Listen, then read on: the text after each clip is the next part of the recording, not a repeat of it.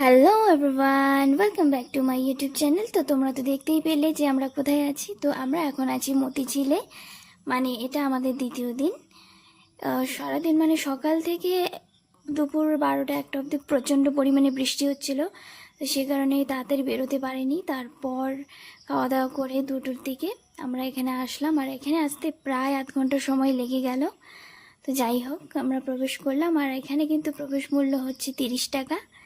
তো 30 টাকা দিয়ে আমরা চলে এলাম মতিঝিলে।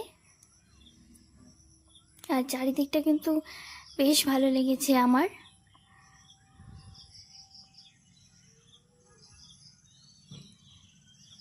আর সামনেই দেখা যাচ্ছে মতিঝিল। তো এটাকেই নাকি বলে মতিঝিল। আমি এর কাহিনী খুব একটা ভালো জানি না। আর চারিদিকের পরিবেশটা ভীষণ ভীষণ শান্ত পরিবেশ, একটা খুবই সুন্দর একটা পরিবেশ, খুব ভালো লাগছিল। আর কি কথা হচ্ছিল আমি জানি না, আমি হাসছিলাম, কথা বলছিলাম, জানি না কি কথা হচ্ছিল আমাদের মধ্যে। আর আমার গলাটা প্রচণ্ড পরিমাণে তখন খারাপ হয়ে গেছিল।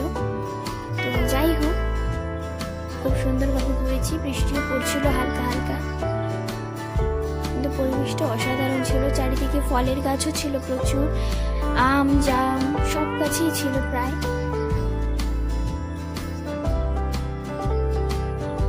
এটাই হলো মতিঝিল।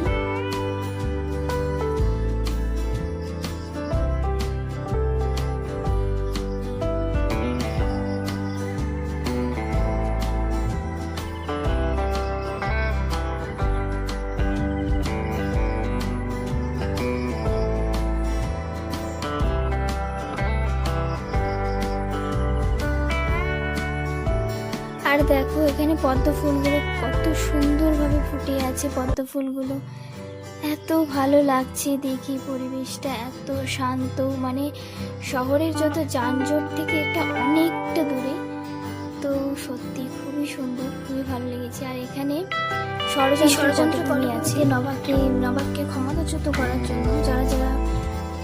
যারা ভূমিকা পালন করেছিলেন তারা ছিলেন Mirzapur, Fazil Begum, Jagat Singh, William Watts, Lord Clive. তো এদেরই এখানে দেওয়া হয়েছে।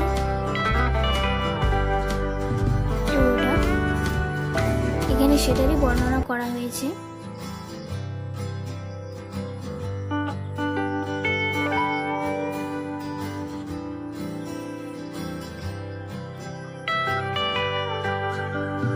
আর এখানে চারিদিকে যেদিকেই দেখছি শুধু কাঠবেড়ালি, যেদিকেই দেখাচ্ছি কাঠবেড়ালি। আরো কিছু কিছু কাঠবেড়ালি তো